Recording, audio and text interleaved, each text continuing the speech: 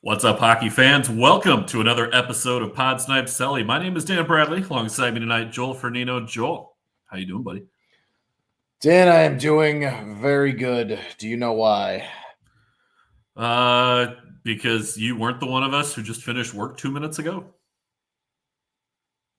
That's a fair point. Probably could have kept working, but no, that is not why. My hat is why. I'm going to guess it's because the NFL season starts tomorrow, and you are absolutely excited about that. The NFL season is here. Everyone knows that my 1A, 1B is always football and hockey, and I am beyond stoked for the NFL season, let alone in my... What age do you think you're pretty coherent to be if you're a sports fan? I would say 5 is when you're like kind of sort of remembering things, whether you know what's going on or not. So, in that vein, in my 25 years, since I'm 30, of being a Bears fan, I have never been this excited or hyped for a Bears season. And it's actually not even close.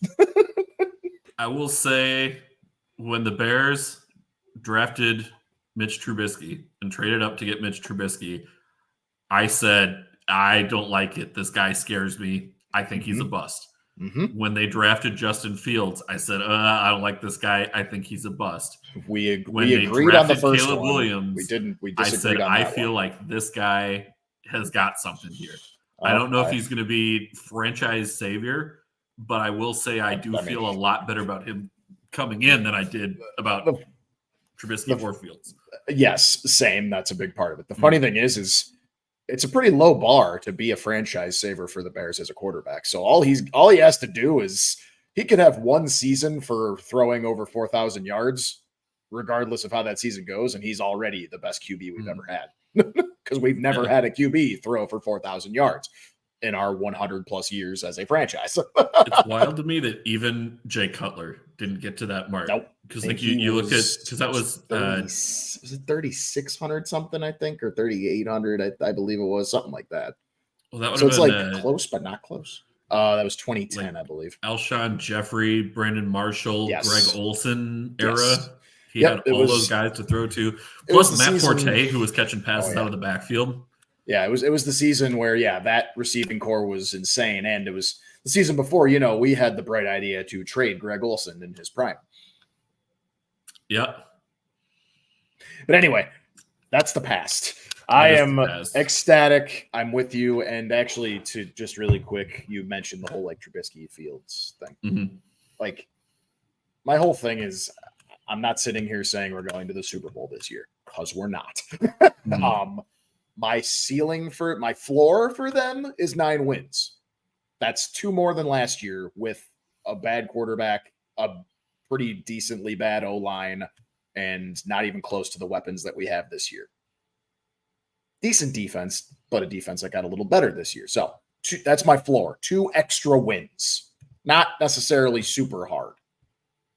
My ceiling is not winning, but making the divisional round of the playoffs. Okay. It's my ceiling. So anything that's winning a playoff game. Winning a playoff game, because we're not going to get a first-round bye either. So it would be winning a wild card playoff game, and then... You are definitely drinking more of the orange Kool-Aid than I am. Well. But also, I am not drinking the purple Kool-Aid either, because I know my Vikings are... They're in a weird spot. Just the McCarthy injury throws a wrench in things. I'm sad about that. I wanted to see him play. I wanted to see a Caleb versus JJ matchup this year, because that would have happened by the time we play a divisional game. It's past week 9. I think our first one is week 9 against the Packers, and then we play you, I think, 2 weeks later or something like that. Yeah, I don't always appreciate what the schedule maker does, but I do think they Sam Darnold for MVP. Bubba checking in. Bubba checking. That's a new name for me. So cheers to the new name. If Darnold wins MVP, I mean all bets are off on what happens with the Vikings at that point. I'd put $1 on betting Darnold to win MVP, and I could probably pay off my mortgage. If it hits, absolutely. But I'll tell you what, save your dollar. Mark, welcome back. Mark is back. Welcome back, Mark. Hope the family's doing well. I did stop by. I did stop by his live stream earlier. They were talking actually about a topic we plan on talking about tonight. They were, and we'll get to that in a little bit here. Joel, I last thought on. Hold on. The Bears were better than the Pats. So, Mark, no offense, but so will all other 31 teams. The Patriots will hold the first pick in the 2025 draft. If you set their over-under at 2.5 wins, I'm taking the under. 2.5. 2.5. I'm pretty sure it's at 3.5, and I'm taking the under on that. 2.5. It's the NFL. I mean, anybody. We're a long shot away from the Lions going 0-16 that one year. Not only are the Patriots not favored in any games this year, but their schedule is brutal. So in addition to their division opponents, they also have the Chiefs. They have, they have the Bengals, Seahawks, Jets, 49ers, Dolphins, Texans, Jaguars, Jets, Titans, Bears, Rams, Dolphins, Colts, Cardinals, Bills, Chargers, and Bills to close out the season. That's a brutal schedule. I only counted one win on that. Exactly. That's why I said I have them at 1-16 this year. What win do you what team do you think I was picking them to win? I don't think you're going to believe me. Maybe Arizona? No, not Arizona. Don't tell me you have them beating Chicago in Chicago. No. I was going to say, no. If anything, that could be a game where Caleb breaks some rookie record. Entirely possible. No, I actually think they can beat maybe the Chargers. That's the win I have, and that is week 17. Oh, that is they go to save the defeated season. They go 0-15 to that point. They win to prevent 0-16 and then lose to go 1-16. It is it's entirely possible. Dark season incoming. Mark. I feel we didn't want to turn this into bashing the Patriots. And yes, Sam, it's the NFL season starts this week. So yes, the guy gets one day to wear a Bears hat. Yeah. Sam, the hockey is tattooed on my body. It's okay.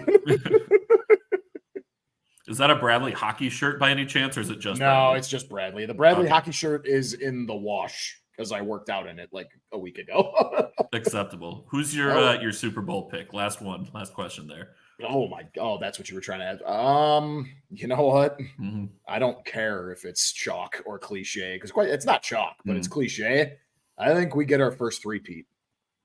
You do. I'm not gonna bet against Mahomes, and why the hell would I ever do that? To me, betting against Mahomes is almost worse than betting against Brady in that prime time. I have flip-flopped on 49ers and Chiefs for the Super Bowl this year. I do think we get a full rematch. Repeat, like a whole rematch. Okay. Right. I think we get a straight-up rematch, but I am going with the 49ers as my pick to win the Super Bowl this year. Again, I don't feel great about betting against Mahomes and the Chiefs. But it's if there's ever a year there's going to be a rematch, and it's technically a 3-match, but it'd be back to back because they've already faced it. That would suck as a 49ers player, like to get another rematch and lose 3 times. To the same team. It'd be brutal. The Bills 4 in a row loss of Super Bowls didn't even come to the same team. I thought they lost to the Cowboys twice in there. Did they, or no? I don't mean all 4. I'm saying all 4 times. Okay, so hang on. This is gonna bug me. They lost to They lost to the Giants. They lost to Washington, and then 2 in a row to the Cowboys. So I did have that right. Yeah. For once, I agree with Joel. It's true. Hell has frozen over. CM Punk is back in WWE, and Sam agreed with me. What a time to be alive. But we do, as excited we are. Hang on. No, we got to say something else in there because that's a brutal segue. We're not going to do that. We're going to say something else first. I was just talking about hockey in general. Yeah, talk hockey for a minute. I'm saying, yes, obviously, we're still very excited about the NFL season, but also we do need to preview the entire Eastern Conference. We need to get into hockey. We have the cool background that you introduced last week. Eastern Conference preview show. Welcome to it. And thank you to everybody who is joining us live. Hit the like, subscribe, get the notification bell going so you know when we go live. But tonight's show is all Eastern Conference. We did our Western Conference preview show last week. So after this, if you missed that one, go check that out. Naturally, we had a lot of Wild and Blackhawks talk in there. We had HP on the show as well. Yep. And HP did send his picks in, but he's on the road, so he is not going to be joining us. But when we get to the predictions for the year, we will have those from HP as well. He just could not join us for the live show tonight. Unfortunately, we do have to start the show and the hockey talk on a bit of a more somber note. And it is with heavy hearts that we offer our condolences to the Gaudreau family. Johnny and Matthew Gaudreau out biking last week and were hit and killed by a drunk driver who was road raging, trying to make a pass on a highway that has one lane each direction. And just an absolute nightmare of a situation. It was the day before their sister's wedding, just all sorts of everything you hear about the story and the details surrounding it got worse and worse. The Matthew Gaudreau, his wife is pregnant with their first child. So a GoFundMe has been set up for Madeline and for the first child, which I checked this afternoon. As of about 1 o'clock this afternoon, they had nearly $600,000 raised. Lots of NHL players and alumni, people who played with and against the Gaudreaus. Teams themselves, I think teams themselves as a whole too, making big donations. It was, I'm with you. I mean, unimaginable, heartbreaking, just earth-shattering news. You know, we had seen it the night before, and kind of we were texting about it, and we were just kind of hoping it was just some horrible, asshole speculation thing. It's happened in the past, right? So, for Columbus, one of those things. Like we really hoped, and we're just like, God, please let this just be some asshole who sent out a tweet. And sadly, waking up to the just heartbreaking news. And it's like Johnny Gaudreau was one of the top stars in the league, but it's not even just about the talent. It's just of how, and I get it, we didn't know him personally, but everything you've seen, interviews, like videos released by his teams, whatever it was, he was just this ray of sunshine. He was such an amazing soul, him and his brother. And him and his brother were only a few months apart too in age. And they were inseparable. You're seeing all the videos and everything. It's heartbreaking. It's tragic. It's horrible. I can't even imagine what, their families are going through. It's also ridiculously infuriating. It is. Well, and for a Columbus fan base too, that is just getting through the loss of Matisse Kivlenieks a couple years ago, to have another active player, and not only that, but someone who really, in a lot of ways, was the face of the franchise. Somebody who took less money in free agency to go play in Columbus. He played there because he wanted to play there.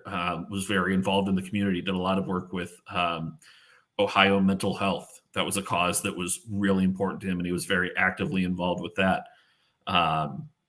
We've seen tributes come in throughout the NHL. Cole Caulfield changing his number to number 13 to honor Johnny Gaudreau. And really just an absolute tragedy, I think, is really the only word that can be used to describe the situation. It does change things on and off the ice in Columbus. I don't even want to touch on like how do you pick up the pieces and move forward from there. Because you're right, because that's not what this is about, and in the end, this is just a sport. It's just a game. It's not bigger than life itself. Yeah. So like that's obviously that discussion may happen. I don't know, towards the beginning of the regular season, but even then, it's just not. It's not important on how the team picks up the pieces and such. Right. Like it's way real more people, real families. Lives have changed forever. Exactly, and because of like I said, it's you shake talking about it and reading what happened, and it hurts. Even for we weren't fans of the Calgary Flames when Johnny was there. No, we've always had a soft spot for Columbus, but not to the point where I would say we followed them as diehard fans or anything like that. But everybody loved Johnny Hockey. That's exactly everyone, and even like that name kind of transcended the just hockey. Like people kind of like, even though he's not like a Connor McDavid name or whatever like that, he's still like top 20 player. He was top 20 player in the league, and that Johnny Hockey like mantra was always, it was talked about everywhere, national outlets and everything. Everyone knew who he was. And yeah, you shake talking about it. It does, like, I want this to be a discussion and celebration of Johnny and Matthew's lives amidst the tragedy. But, it is, I'd be remiss not saying how infuriating it is that someone's dumb fucking moronic decision, because he's a dumb piece of shit waste on this earth. I know I'm going off. I'm sorry, but this topic has pissed me off. I was hoping we wouldn't get to that side of things. I can't hear, but I get it. Again, it's a quick thing. It's supposed to, I don't want that to mull over the celebration of talking about Johnny and Matthew, but right. And by the way, we should mention this too. There's a candlelight vigil going on tonight for the players, the team, in celebration of their life and honoring their memory. So tough day, tough week in the hockey world. We've seen some comments in the chat here too about other players passing away recently, and other mental health issues and addiction that are being dealt with. And it's tough. And it's a tough, there's no easy way to segue into it nor out of the topic. And yes, like I get it, we didn't want it to get to the anger side of things. It's just stuff like that. It's infuriating that someone's dumb decision ends up costing two very innocent and very amazing human beings their lives when they had nothing to do with it and no choice behind it. And I just, hope that, the Gaudreau family can find some solace and some peace in all the support and everything that they've seen since this tragedy struck and came about.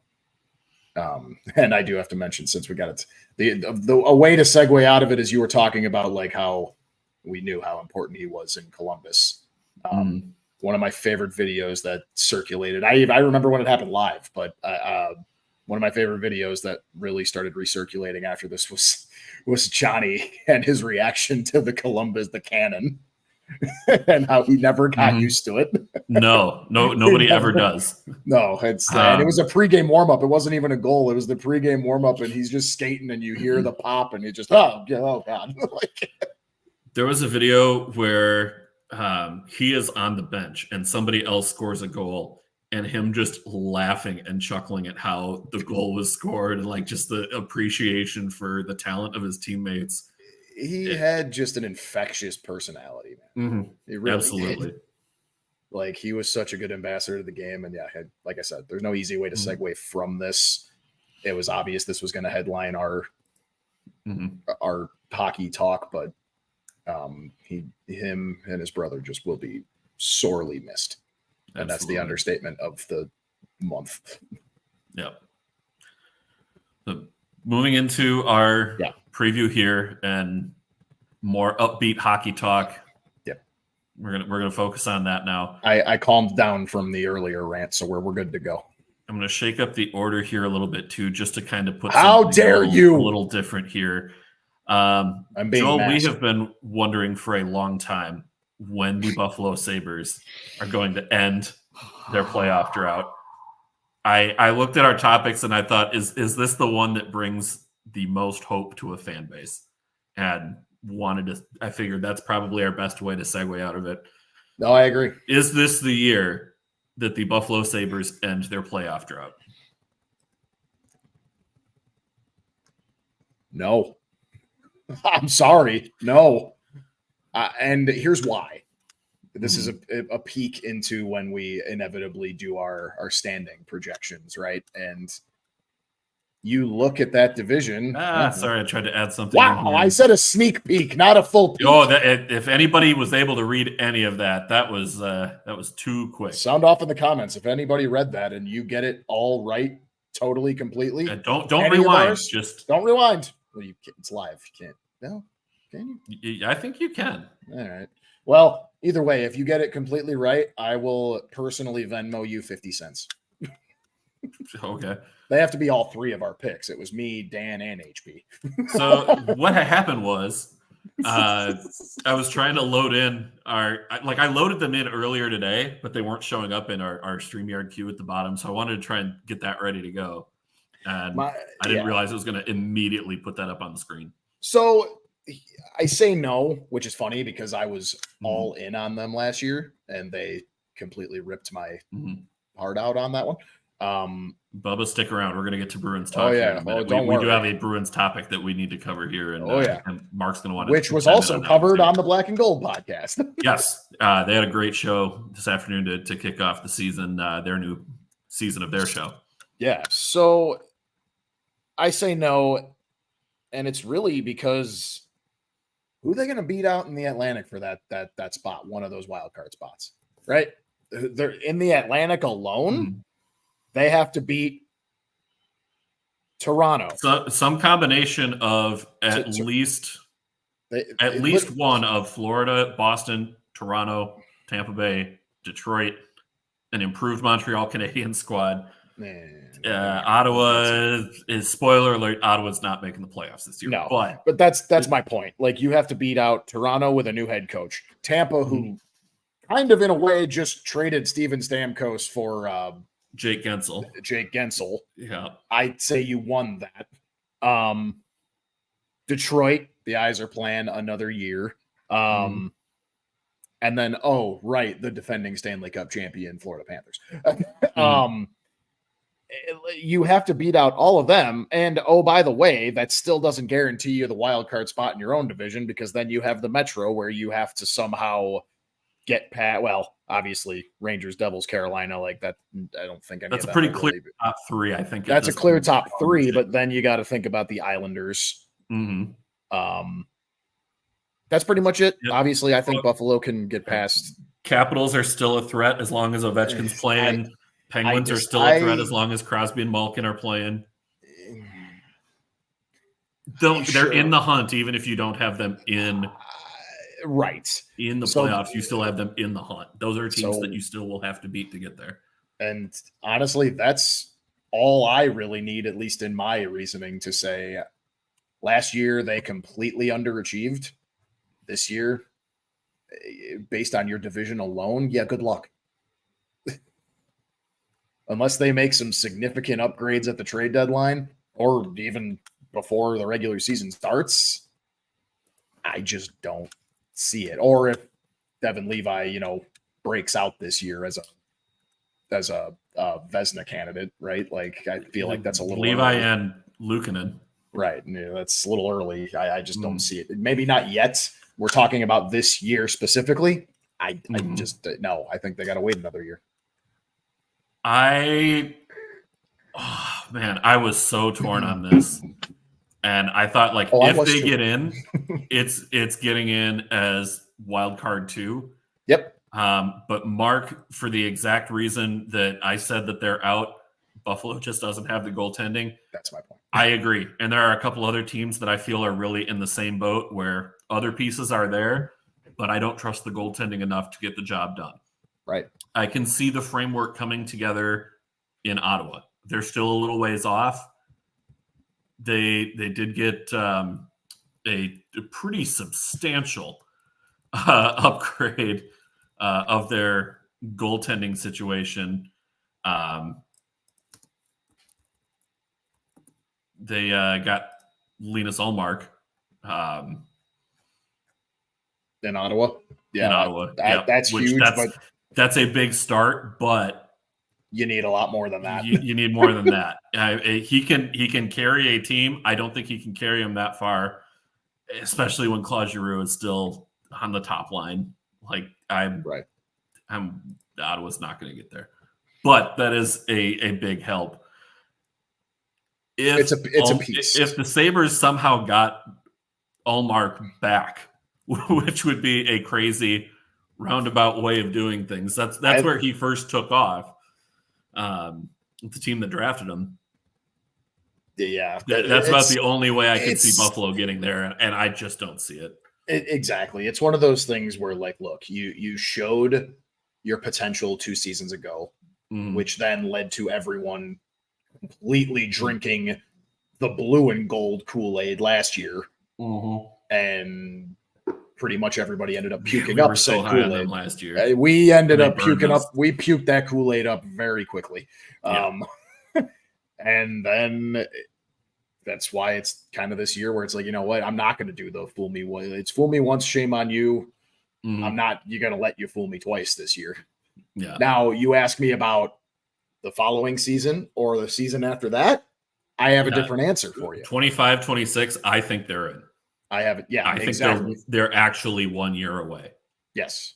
Which Sabres fans have been waiting a long time for, but that's where we're at there. Yeah. Another team that we're curious about for getting back into the playoffs.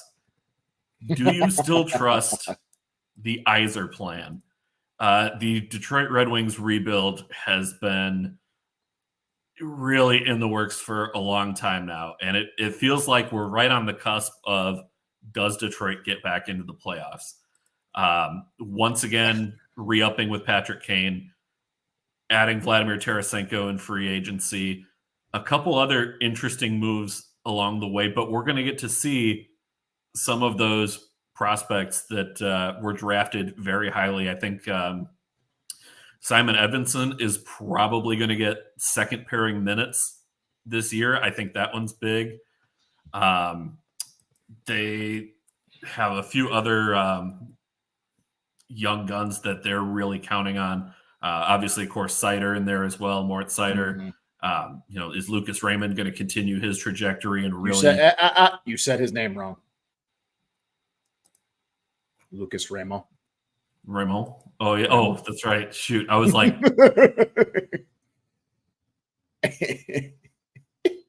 no, I didn't. That's right. I know. That's the joke. My God. Wow, that took me way too long. Well, half know that joke. I know. You know it. We're letting the people know, getting them in on the joke. Wow, the corpse of Ole Mata is still playing for Detroit. He's not that old. He's 30, man. He's 30. Oh. He's younger than you. No, he's not. He's my age. He just turned 30 last month. He is younger than you. He is younger than me. Oh, well. All right. Well, this guy talking about, here you go. This one's for you, Joel. Oh, well, what do we got? Detroit. Detroit sucks. Detroit sucks. You know, fun fact, I was at a Disturbed concert in early high school. I think it was 2009. It literally would have been the year that they knocked out the up-and-coming Taves and Kane Hawks in the Western Conference Final. And Disturbed is from Chicago, for whoever doesn't know that. They got a Detroit sucks chant going, and it was amazing. Yeah, Detroit once again nailed their draft. They got Michael Brenzeg-Nygård in the first round this year. He was my draft crush like the whole way, and I was convinced that was who the Wild were going to take until Zeke Buium fell into their laps. It's just another classic Detroit Red Wings pick. Marco Kasper isn't going to be too far off. He's probably, I think, one more year from making his NHL debut. Nate Danielson in the pipeline. He's going to be very, very good. They're defensive prospects. Axel Sandin Palika, William Wallinder, Shea Buium, who Zeev's brother, just won a national championship at Denver. The framework is there. But I understand people don't want the rebuild to take as long as what they're seeing in Buffalo. Red Wings fans want that team back in the playoffs, and they want them there now. And to your point on the question, do you still trust the Yzerplan? Well, I mean, if they don't make the playoffs again this year, nope. the Yzerplan, I think, is if they miss again, if 1 is ice cold and 10 is scorching inferno, how hot is Steve Yzerman's seat right now? Right now? Right now, start of the season. Probably a 5. That's where I was going to go too. Like it's not, however, full blown, but it is. You can tell that the seat is starting to warm up a bit. And then if we get to, let's roll around, let's say February. Yeah, we'll say trade deadline just for good measure. So around the trade deadline, let's say they're kind of wild card slot, not necessarily solidly in 1 or 2. They're kind of fluctuating, right? Mm-hmm. But if they are not, and let's say they're buyers too, right? I'd say if they aren't like firmly sitting in a wild card spot around the trade deadline, up that 5 to a 7, maybe 6.5. And then by the time, if we're, 5 games away and we're go the final playoff push and they fail, it shoots straight up to a 10. Yeah. And Detroit, they do still have to get Lucas Remo. He's a restricted free agent, so they need to get his deal worked out there. But even after that deal is done, they're still going to have at least 8.5 to as much as maybe even 10 million in cap room, depending where his contract number ultimately falls. Do they give him, are they going to give him the full 8-year deal? Are they going to do a 2 or 3 year bridge deal? It's hard to say. If it's a bridge deal, that cap hit is certainly not going to be as big. If it's the long-term deal, he's going to get pretty big money along the way here. But that's still some cap wiggle room to go out and bring somebody in. And looking at their pick situation, they still have first-round picks, second-round picks, and third-round picks each of the next 3 years to use. They're gonna use a first-round pick at the trade deadline. I would think they're definitely making moves there. Yeah, I just think now the difference is, do you still trust? Like, I've given the answer. If I don't, if they miss the playoffs, this is your last chance. You were close last year. You were right there. And you came up short. That, to me, is okay. You only had Patrick Kane from January on, and that's why it's proving now what he did in that short time made a huge impact and kept you that close and got you that close. Now you add Vladimir Tarasenko. You have Patrick Kane for a full season, who's still playing at a very high level. Obviously, you have Alex DeBrincat. You have all your other main stars like a Dylan Larkin and everyone else you just mentioned. You got your young guys who are not just young guys, like they are very highly touted prospects who can maybe play this year at least a little bit. Your goaltending is fine. You got Alex Lyon, Cam Talbot mainly. You still got Ville Husso on the Sam's still listening. We got to light the beacons for Alex Lyon here. I know. I saw the name. That's why I said it first. Interesting too. Jack Campbell is on the roster. roster. Yeah, because they picked him up on the cheap. Right. So. That's not the first three names I said are going to be your kind of like so can they make the playoff? Hell yeah, they can. And if they do, they're one of those teams where they can be frisky if they just make the dance. Oh, you just looked at something. Yeah, something. I got a notification on my phone here and I was confused. Breaking news? No, good. No. So sure, I still trust the Yzerplan for this season.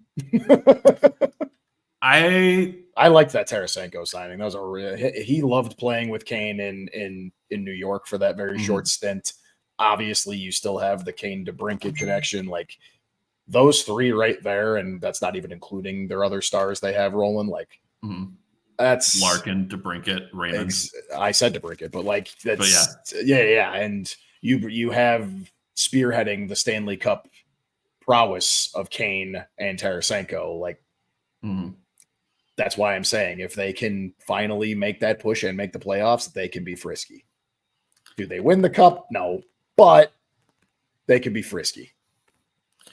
I I do still trust the plan because I am just in love with some of the prospects that they've drafted in recent years. I'm a prospect snob. We know that. Yes. It's just how long is this rebuild going to be a rebuild? It's been a rebuild since 2017, 16, maybe. It's been a while. we are pushing a decade of a rebuild. It's been a while. Oh, got a Stained reference in the show. Yeah. All right. Another one that we need to figure out, how much do we trust? Will Craig Berube get the Maple Leafs over the hump? Do they finally have an answer with a cup-winning head coach? Can Craig Berube get this Leafs team not only past the first round, not only past the Boston Bruins whenever they end up eventually playing each other in the playoffs? Can he lead this Leafs team to a cup? And again, not necessarily this year, but is he the coach who will bring the Leafs to a Stanley Cup? So here's my answer, and it's going to be powered by your deep roster knowledge. What did Toronto add so far this offseason? How did that roster change? So the bigger ones were bringing in Oliver Ekman-Larsson. That was one of their bigger ones. And offensive defenseman. Got it. Keep going. They may or may not have brought in Yanni Hakanpää, which I don't know if you know the story on this one, but I don't actually. Hold on, we'll go on a tangent here. What? So we're going to get into this one. So Yanni Hakanpää blocks 180 shots a year, easily racks up 150 plus hits a year. Okay. But something came up weird on his medicals with, was he ready to play? Okay. There was one source that was reporting his knee is effectively bone on bone at this point, that there's there's big problems with his knee. You see, there's your problem. Is he good to play? But if he is actually good to play and the medicals do come back and he does actually get signed, that is a major depth add on the blue line for Toronto.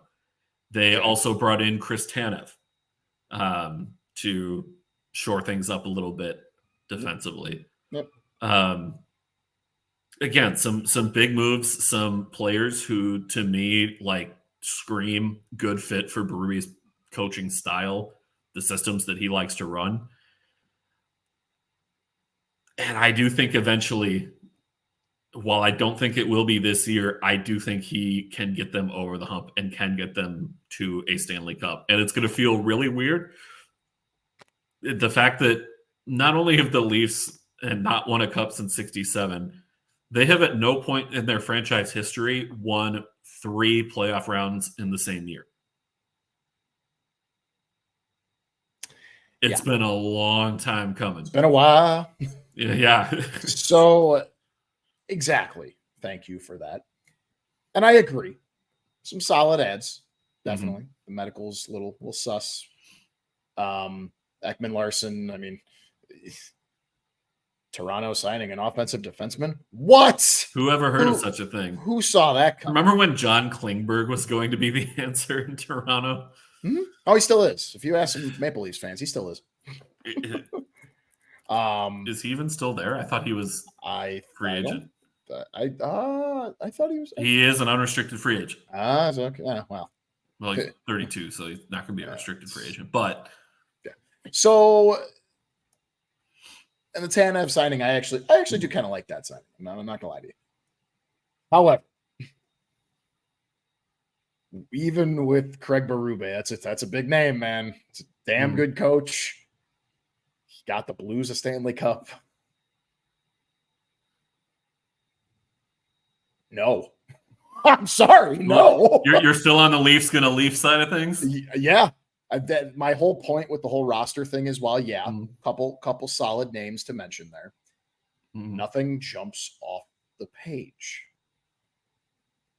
And outside of what you mentioned, it's the same roster. And here's the thing, it's the same ownership. I get it, new GM, same ownership. And what has bogged them down, regardless of who was in the GM seat, regardless of who's their top player, but the Leafs aren't in a position where like they can change owners. That's not like. I'm not saying that. I'm not saying they can't, but it starts at the top. And some things go on behind closed doors that we all don't know about, where whoever, doesn't matter the job, GM, head coach, first line, Austin Matthews, whoever the hell it is, something always holds them back, and it always starts at the top. They've made every change known to man, and nothing has worked. What is the definition of insanity, Dan? It's trying the same thing over and over again and expecting different results. You're damn right, and that's exactly what the Maple Leafs are every single day, every single year. So no, I don't think it gets them over the hump. And one of these seasons, I don't know if it's going to be this season or not. Why the hell would any of these stars stay? Money talks. I get it. Money talks. Being in a big market, being the star, being a face of a franchise. You know what's funny though? I got to make this joke. Actually, hold on. So family reasons too. Real quick. This is a worse example because this team is the worst in, I think, all of sports history this year, but insanity equals Jerry Reinsdorf. For those who don't know, that is the White Sox owner. The White Sox are so unfathomably bad. They are the worst team in sports history. I am laying that down. I saw somewhere the other day that pitcher Zach Greinke has a higher career slugging percentage than the entire White Sox team has this season. Pitcher Zach Greinke. Let that sink in. There was another stat. I don't remember the exact numbers, but and this has probably changed since I heard the stat because I heard the stat last week.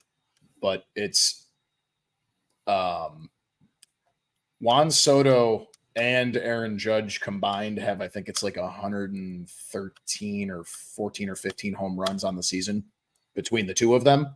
Mm-hmm. The White Sox as a team this year have 109. As a team, there are two players beating an entire team. The White Sox are 39 and a half games back of fourth place in the division. And I like this. Hold on. This is a fun tangent. I like this question by Joey. An 0-16 or fully defeated, now that it's 17, whatever you want to call it. A fully defeated 0 for football team or this White Sox team. What's worse? This White Sox team. I still say 0-16 football because there you did go your entire season without a win. But your entire season still only consisted at the time of 16 games. You still didn't win a single game. It doesn't matter. 16, 162. I get it. Mathematically speaking, you're bound to win a couple here and there, but like out of 162 games, yeah, a bigger sample size. But that's why I think 0-16, because you still have to wait every single week of like, is this going to be the week that we finally win? Whereas with this White Sox team, you do still get a few sprinklings here and there. It's a really tough comparison to make just because I think it's worse. Of the big four, NFL has far and away the shortest, and MLB has far and away the longest. Have they ever beaten the Boston Bruins? I probably wouldn't be allowed. Yeah, 2 years ago. It's true. 2 years ago. That was when they advanced to the Eastern Conference Finals and then ran into the Florida Panthers. What? Yeah, because Florida beat Toronto to go to the Cup.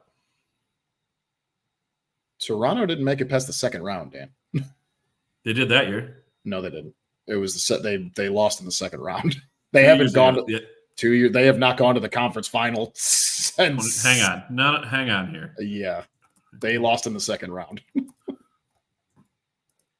It was like they won the Stanley Cup getting past the first round, and then they got shellacked in the second round in like 5 or 6 games. While you look that up, because it's that's you're right. They did beat Boston to advance. They did. They exorcised the demon. I had it in my head that it was that Florida beat. No. They have not. This is what happens when I work literally up until showtime. It's okay. I can't review my notes before Maple Leafs fans didn't want to let anyone hear the end of it that they finally got past the first round. You think this wouldn't be bulletin board material in Toronto that they made a conference final 2 years ago? Also, in my defense, that was right around the time that I got married. So that is true. Yeah, very fun wedding. Anywho. No, Bubba's got it right. I need more RC Cola. Yeah, I'm done. I'm done with the Leafs. I'm done.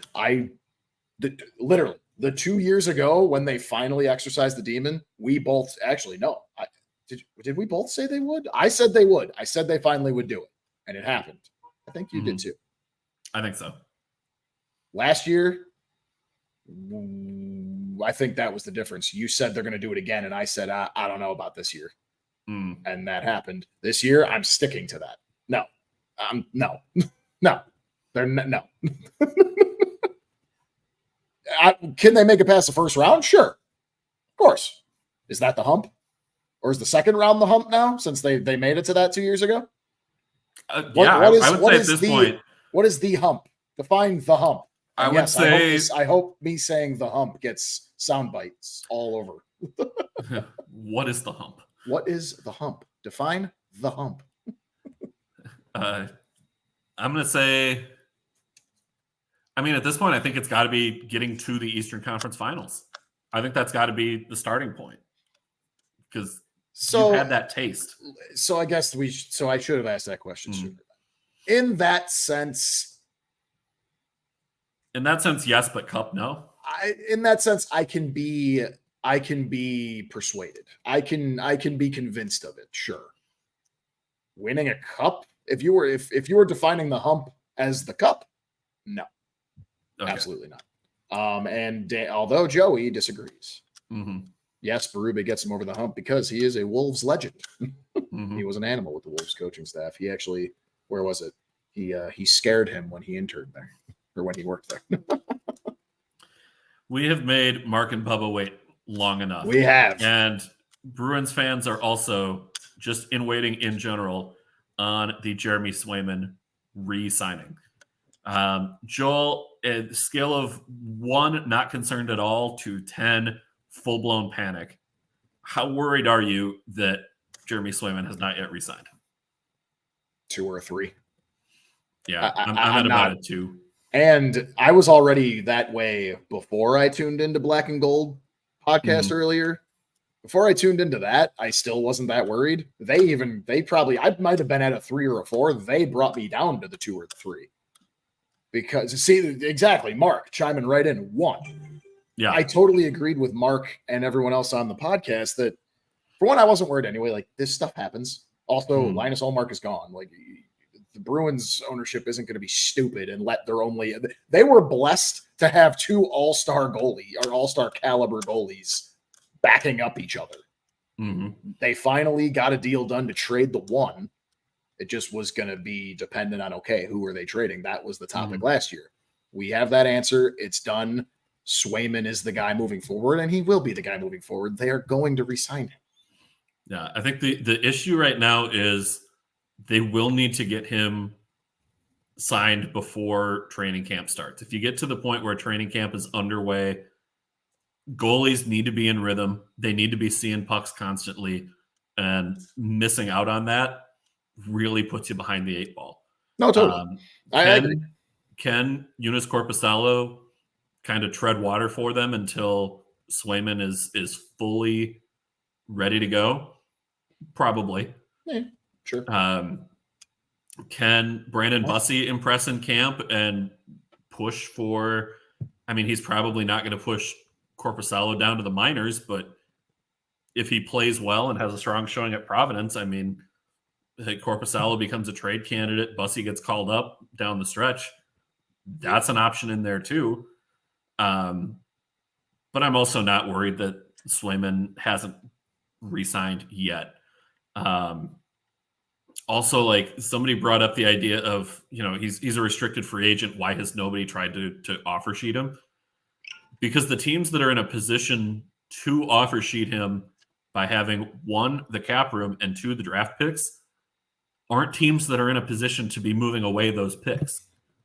Yeah. Sure, Chicago could afford it, but Chicago isn't in a position where they're like 1 piece away and it's their starting goaltender. Yeah, and not to mention we San Jose, signed Peter Mrazek anyway. Like, he's going to be the guy until any combo of Adam Guyan and Drew Comesso are ready to go. Right. Utah, they've got their goaltenders ready to go. They're more than 1 piece away. You see those sweaters? Yeah, they look solid sick. Sweaters. I do like them. Yeah, and I hope that's still the color scheme that they use whenever they do have their full. Which that color scheme just lends itself to the Yeti. Just saying, it kind of does. It does. I'm bracing for it. I don't know how I feel about Yeti yet. I've come around a little bit on the Kraken. I'm still. What do you mean you come around? The Kraken is such a badass name. It is, but it has nothing to do with Seattle. Yes, it does. No, because the Kraken is a Nordic monster. It's an Atlantic Ocean monster. However, based on the Lovecraft novels, I'm pretty sure they take place like in a fictional Pacific Northwest, if I'm not mistaken.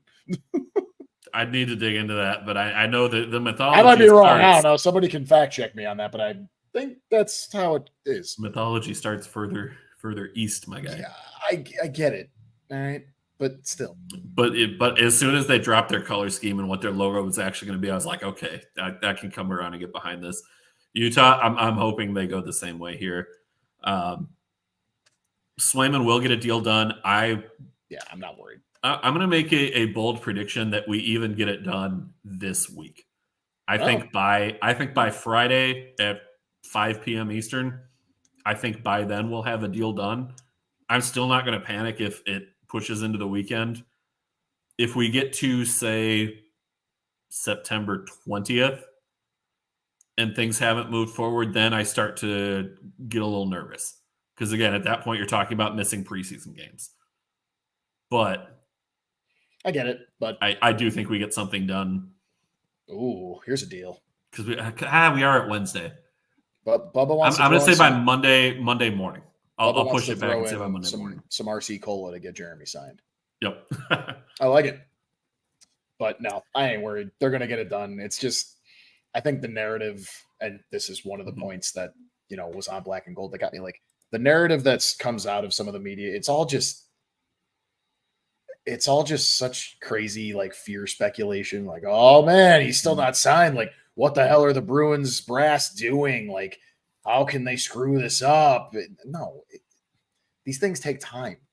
I get it. As every day passes, you think, oh, they're scoffing at each other. They hate each other. They're fighting it. No, it's just not how it is. And I get it. NHL is different than NFL, but I just recently finished watching Hard Knocks. The Bears were on Hard Knocks on HBO this year.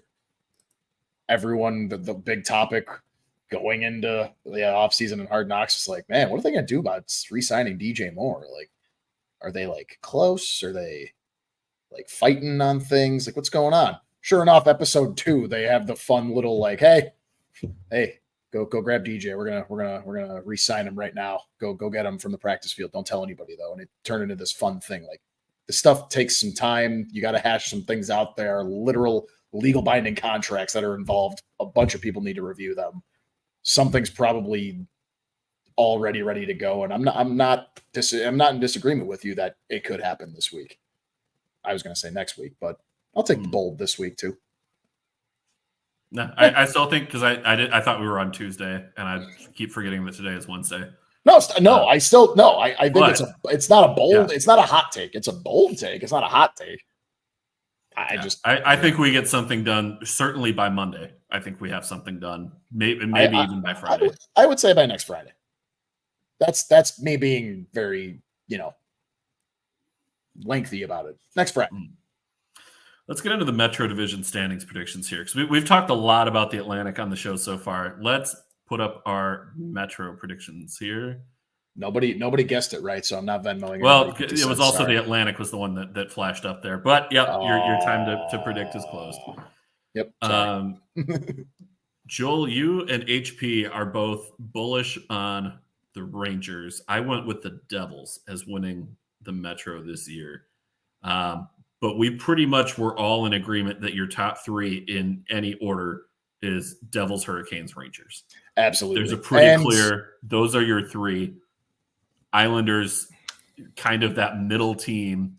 They're effectively the grocery stick right now within the Metro Division of the upper echelon teams and the lower echelon teams. Sorokin can get you a wild card spot alone. Absolutely. And quite frankly, I mean, like, I wouldn't even say I'm bullish on the Rangers. This 1 and 2 for me was kind of a coin toss. Like, quite literally, hey, Siri, flip a coin. Like, don't actually flip a coin, Siri. Shut up. I mean, like, I was so gung-ho on the Devils last year. I'm being a little more realistic than optimistic this year. I get it. A lot of that was Jack Hughes' health. And damn it, I want to do it again this year. Maybe this is a preview of our season preview show, but I want to do another Hart Trophy to Jack Hughes prediction, because damn it, the first few weeks of the season I was looking like a Joel Stradamus. It was going. I think the big thing is the addition of Jacob Markstrom, I think, puts them over the top, because huge. Looking at where the Devils were at and just how brutal their goaltending was last season, they were getting some impressive offensive showings that were squandered by that unprecedented live show change. I am putting the Devils in first. Okay, that was enough. I had to remind you that Markstrom was there to you between that and also just like with how amazing the Rangers were last year. I still think they're going to be just as amazing, but there's that natural, like, of course, there's going to be some regression. So yeah, no, I'm switching it. You don't have to switch their graphic. I have the Devils. You know what? I'm going to, though, because it's going to bug me if we leave it up and it is incorrect. So keep vamping for a moment. Well, okay. So while that, nothing else is changing. The Flyers, again, last year I thought they were going to be absolutely hot garbage, and that definitely surprised me. It didn't happen. I guess that is the Torts effect, right? And this year with Mitch Gov making his debut, I'm sure that's going to be good enough to at least keep them in the mix. Mitch Gov is going to be a strong candidate for the Calder this year. Absolutely. However, we're going to have to see how Torts handles them. Torts and younger players sometimes doesn't mesh. I love Torts, but sometimes things happen there. But I don't think it's going to – I think Mitch Gov is just so damn good. It's not going to really affect anything anyway. So as long as he's on the ice, the Flyers are going to be in the mix. that one was another coin toss for me between 4 and 5. I'm keeping those. I'm still going to keep the Islanders up there. Just that defense and that goaltending situation. I like it. And then after that, yeah, I mean, you alluded to it earlier. The Caps and the Penguins, like as long as Ovechkin's here, as long as Crosby and Malkin are here, like they can do things. But I think this is the year we officially see both of those teams just fall from grace. They had their time last year. I think we kind of saw a glimpse into that kind of dystopian future for both of them. I think we saw a glimpse of that happening, and I think this year we're going to see that come to fruition a little more. However, I still think they'll be able to, outbeat the Blue Jackets too. So I think the Blue Jackets take last there. Blue Jackets will be fun to watch, but there's just not enough there yet. Let me ask you this. Which goaltending situation would you rather have as your tandem for this year? Would you rather have Buffalo's tandem of Ukko-Pekka Luukkonen and Devin Levi, or would you rather have the Washington Capitals tandem of Charlie Lindgren and Logan Thompson? Buffalo. I'm with you. And by the way, that doesn't change whether you meant short-term or long-term. Yeah. I mean, obviously long-term, that's the more favorable. Long-term, Buffalo's the easy option. But no, just this year. I think that might be the better move. Absolutely. I am a little bit higher on the Capitals than I think the Flyers really overperformed last year. And even with bringing Michkov in, I think they're going to regress a little bit. Washington they have some really good young forwards on the way. Hendrix Lapierre is kind of the big one, but Ivan Marashchenko is a top 5 pick as well. Like, I mean, the talent is that, like, he wasn't drafted top 5, but he's a top 5 talent from his draft class. Like, he is very, very good. And I think he's going to make a difference there. The Andrew Mangiapane move kind of was a little bit of a surprise. The real big surprise was bringing in Pierre-Luc Dubois. I don't know how the Kings got out from under his contract. I am still booing the Cap. My favorite joke out of that was the reason the Capitals bought Cap Friendly was so that we wouldn't get to watch Pierre-Luc Dubois' contract get worse year after year after year. That was such a good joke, and I wish I'd come up with it. It's so funny. It's so true. I just, my God, how many teams is that now for him? And so he was drafted Columbus, traded to Winnipeg, traded to the Kings, and now Washington. 4 teams in 5 years, right? I think 6. He was in Winnipeg for a couple of years. Okay. Yeah, well, there's another reason why because he was the swap for Patrick Laine. Another coin toss there too. I actually might even think about putting the Caps at 7. So it's a lot of these are coin tosses, but the only ones that I feel comfortable putting in their spots are the Islanders and the Blue Jackets, because again, the loss of Johnny Gaudreau is going to mentally wear on that team this year, and I get it. There's the inspiration of wanting to play for Johnny and ride it out. This was a team that was rebuilding, and Gaudreau was a big part of that. Yes. I'm absolutely crushed for Sean Monahan, who was his teammate in Calgary. They were going to be reunited there, raise their families together. That was one of the coolest videos there. It was right beforehand. There was the interview with him and how excited Sean Monahan was. Yeah, it just sucks. But that was something they were counting on that now isn't in the cards. So, I mean, you have another year of prospect development. You have another year where you're getting Fantilli going. You're getting Cole Sillinger going. You're getting Kent Johnson going. That's what it was. As Kent Johnson was the guy who scored the goal earlier that I was talking about with Gaudreau. Oh, yeah. It's Kent Johnson's goal. He did the Michigan. Yeah. The framework is there on the Blue Jackets rebuild. Just got to be patient. But they are. How do I say this? They are this year where I think the Detroit Red Wings were 2 years ago. Yeah. They're a little behind They can be frisky. They can be frisky, but they're still going to end up losing those games, even where they are frisky, type of thing. Yeah, right. They're good enough where it's not like they're going to get completely obliterated every night or anything like that. But no, they're going to be very much in hockey games this year. This exactly. To me, top to bottom, I think the Metro is the most competitive division this year. I know that's a surprise with how good the Central is going to be. I know that's a surprise with how good the Atlantic is going to be. I think top to bottom, the Metro is the best division this year. I think there's a very real chance that the Blue Jackets have the most points of any last team. Team. Oh, absolutely. I very possible. Kind of alluded to it with how many coin tosses I've had in at least my projections. Like I legit just live flipped my 1 and 2.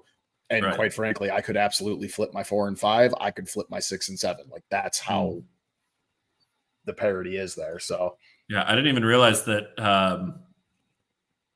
by making that change, UNHP had 6 picks all in line when we started. It was kind of funny. Here. It was kind of funny now, but it's funny because when he sent his too, and you were like, "Yeah, I need yours."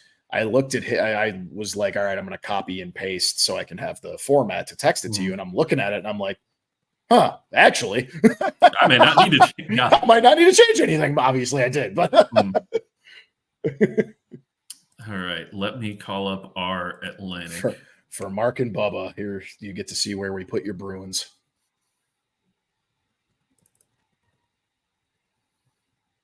Sorry, this is going to take a minute because I had to delete out the. How dare you? The old ones here. How dare you? So we all had the Florida Panthers and the Toronto Maple Leafs as 1 and 2. Yeah. That one could go either way for me. I gotta say, boys, I'm disappointed in UNHP. Have we learned nothing in now season 4 of doing this show? The Boston Bruins, the drop off, it's not coming. Don't wait for it. Don't expect it to get here. So here's my thing. I'm not even my take here at putting Boston at 5 is not even from a drop off. It's from me believing in the Red Wings this year. So I thought you said earlier though that you had the Red Wings out. So does that mean that No, I never said that they were going to be out. Yeah, because I asked you, do they make the playoffs this year? You said that you thought that they were 1 year away from being a playoff team. That was Buffalo, not Detroit. You said it for Detroit too. No, I didn't. I didn't actually say if they were going to make it. And I said I do think they're going to make it because they have a full season of Patrick Kane. They brought in Tarasenko, and they have all their loaded stars they already had. Yeah. No, I think Detroit makes the playoffs this year. I said, do I believe in the Yzerplan? And I said, no, if they miss the playoffs. Joel hates Patrick. Hey, I do not. I love this. We get Joel hates Patrick Kane, and we get Dan is right. Mateo with the best comments of the night. And we've had some great ones, but you're late. Better late than never. Glad he joined. No, sorry, Mark. I'm sorry. Hey, however, I'm not saying that means they miss the playoffs. I still think the Bruins make the playoffs, but yeah, you just have them in as wild card teams. I do. Yeah. And no, I never said that Detroit was missing the playoffs. I think they're going to make the playoffs. So actually, this is where this gets interesting for you. You're having wild card 2 is Boston over at the Islanders, yes, but you're also going Red Wings over Boston and the Islanders. Yep. Okay. I'm high on Detroit as much as a Blackhawks fan. That's not good, but I've got Tampa as wild card 1, Detroit as wild card 2 on my board. So just going back, Devils, Hurricanes, Rangers in, Islanders out on the Metro. I've got the Atlantic sending 5 teams. And again, Buffalo, I think they're within, you can count on one hand the number of points that are going to separate Buffalo from a wild card spot. That's Montreal, I think, is a lot better. I think bringing in Laine, that's a big move. If your healthy top line is Laine, Suzuki, Caulfield, that's a fun, frisky top line. Mateo's got a point. I think it's cute. You guys don't expect Toronto. Here's the thing. Toronto is what the Capitals were during the 2010s. They were always the regular season just juggernaut. And then come playoff time, bye. Yeah. Boston is to Toronto what the 2010s Penguins were to the 2010s Caps. Yeah. That's the best comparison I can make. Yeah, absolutely. And come on, dude. Unbelievable. Good thing you can't hear me. I almost spilled my RC. No, don't spill the RC Cola. It's a waste of perfectly good RC Cola. It's the only pop that deserves to be called cola. Anyway, I guess Coca-Cola too. I mean, it's literally in the name for Coca-Cola. Right, I get it. Mateo's got a good one here. He's got Florida, Boston, Tampa, Toronto. Look, if we've not learned anything of me in this show in the now 4 seasons we've done it, I don't learn when it comes to the Bruins. You don't? What did we say? The definition of insanity? Well, when it comes to the Bruins and falling off. So you're admitting to the world that you're insane. Yep. Oh, yeah. Oh, God, yeah. I don't think I need to admit that for the world to know that. Touche. Yeah. Point taken. So, that's the thing. Like, Toronto's still, like, we were talking about them getting over the hump. Craig Berube can absolutely keep them in their regular season form for sure.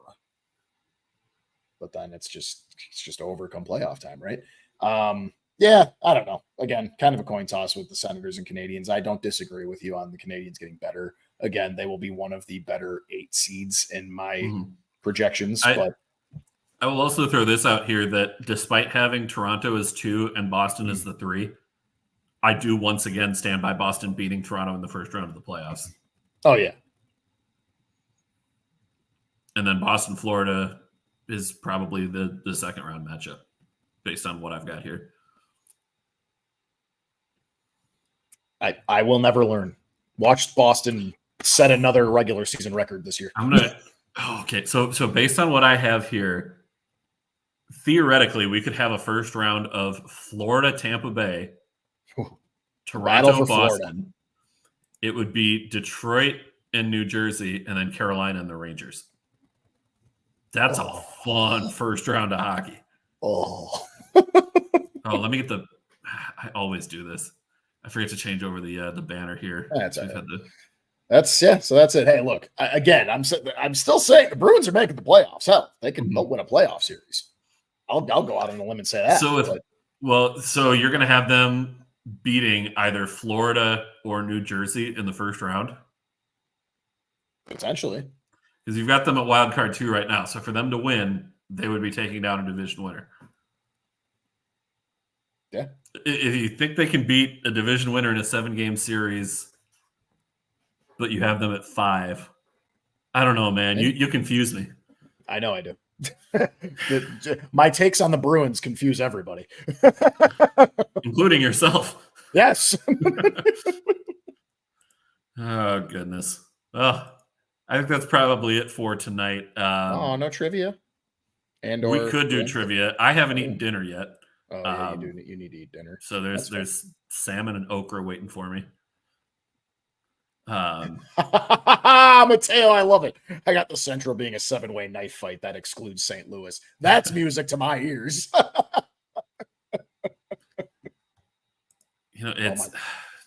Do I want to save trivia for when HP is back, or do we want to just rattle it off? Yeah, let's do it. Okay. Let's go with. I have 2 of them actually in the pipeline here, ready to go. We can go. I'll go quick. So we'll do the easy one. Name the points leader by country. That is where we're going on trivia tonight. It'll start easy. It'll get more difficult.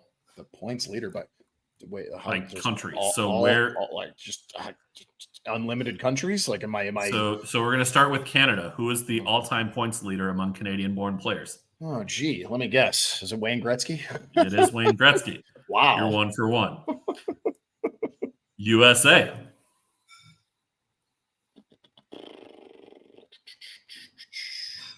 You have guessed this player in every trivia time that we have done.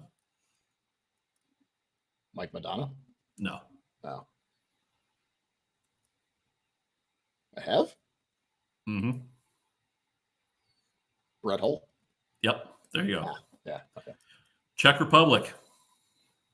Oh, God. This is where Google's going to have to come in. Not by points, but literally just sometimes I don't know players. Yeah. Well, you should know this one. He's one of the he is still Yari Curry? No. He's not Czech. Okay. He's not Czech. He's Finnish. Oh, right. Duh. See, that's the thing. I don't know. I'm not good with nationalities all the time. This is one of the top players all time in points, not just Czech, and also is still technically active, though not in the NHL.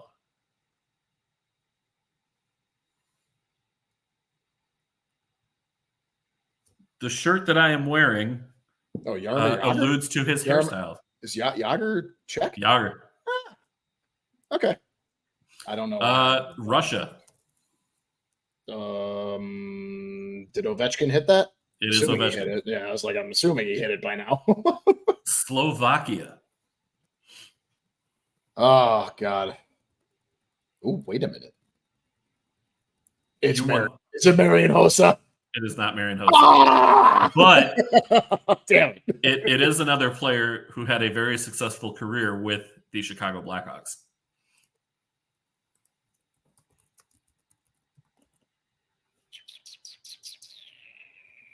Oh. Stan Mikita. There you go. Yeah. Finland. Oh, jeez.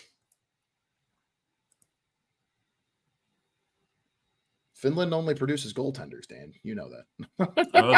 They produce some pretty good goal scorers too. In fact, this player set the rookie goals record. Oh, Teemu Selanne. There you go. Yeah. Sweden. Oh, Sweden. That's a Chalmerson. Hell yeah.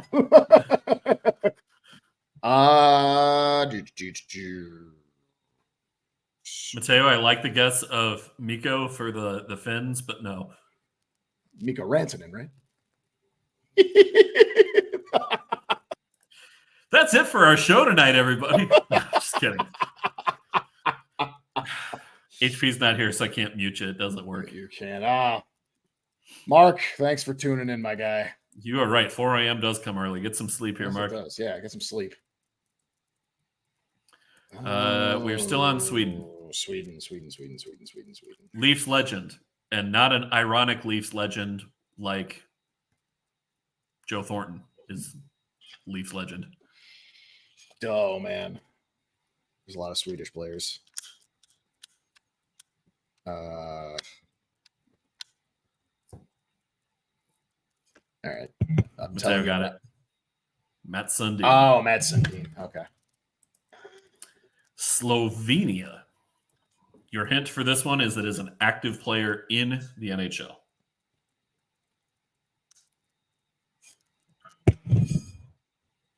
To Google. Plays in the Western Conference. Plays in the Pacific Division. Oh, the minute I even saw any of the names. Yeah, because the list of Slovenian hockey players is pretty short. You're going to get it as soon as you Google it. Andrzej Kopitar, yeah. Kopitar. Number one by a long shot. Yeah. No Googling this one. Okay.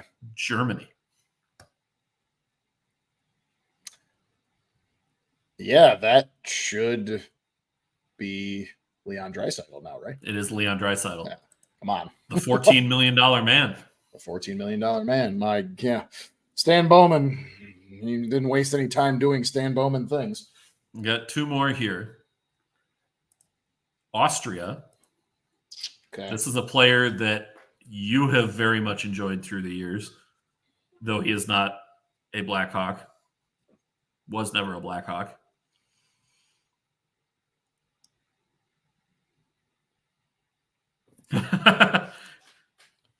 It is not Marco Rossi, unfortunately.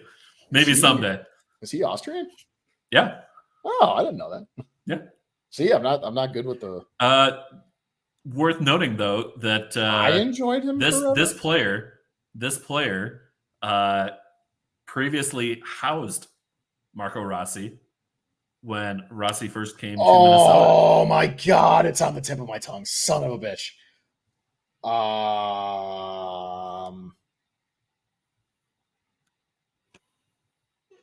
Oh my God. Do you want the initials? Yeah. Mateo's right here. Go for legend. Initials TV.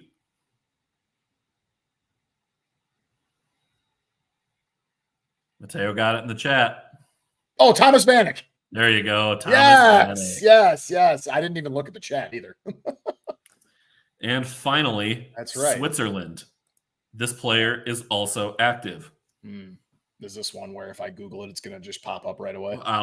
Almost certainly. He's active, right? Active. I'm not good with who's Swiss. It's not Nino Niederreiter, right? It is not Nino. Sorry. Okay. I have for 3 of these, it's been a wild player is probably top 3 in that category. But well, if not for the Slovakia, I was going to be like Marian Gaborik. the surprise on this one is that it's a defenseman. I'm not looking at the chat because I saw another chat come in. Well, the other chat was also wrong. It is not Kevin Fiala. Oh, man. Maybe in the interest of time, I might need a big hint. Well, the one is defenseman. That is. Yeah, I know. Okay. I know. Western Conference defenseman. Western Conference defenseman. Mm-hmm. See, I was about to say Victor Hedman, but he's Swedish.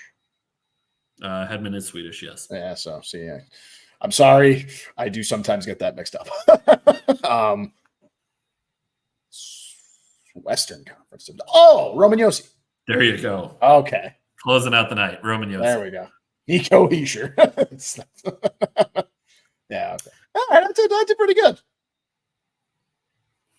Give me just a second here because I need to check the calendar because one of the downsides to I already got it in. I already got it in there. Sprinting in late. Oh, wait. Did you change that? Is I don't get to adjust the next show banner. So next show will be Tuesday, September 24th. We're going to take the next 2 weeks off.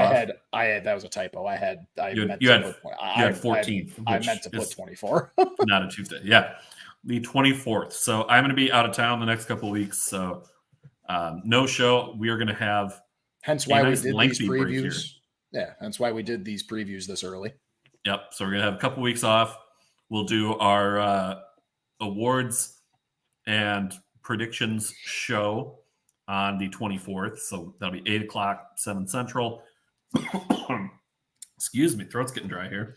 Can I fill up the crazy takes with delusional Chicago fans and think Bedard is good? Yeah, I mean, I would rather have Fantilli. I don't know about you. I might even take Carlson over Bedard, honestly. I mean, on a points per 60 basis, I'm pretty sure that Carlson was ahead last year. Did they finally legalize weed in North Carolina and Minnesota? Nope. Nope, it's going to be a long time coming on that one. Yeah. The devil's lettuce. They be having that out there. They sell beer and liquor in separate stores. Well, sometimes Nashville does that too, or Tennessee does that too. No alcohol sales on Sundays. Mateo's got a point. What is this crazy takes thing? Oh, no, I didn't. Mateo, I'll tell him about that off air. Oh, okay. But yeah, I got to fill him in on that bit. So, but yeah, that's it for tonight's show. So thank you to everybody who joined us. Thanks, Bubba. Bill's a Bruins hater. Go Vikings, Darnold, and no Devils lettuce drink. God drinks RC Cola. I don't hate the Bruins. I'm just one of these years I'm going to be right. Thanks to everybody who joined throughout. We had a ton of comments coming through tonight at our most commented show, I think, in a long time. So thank you to everybody who tuned in, stopped by.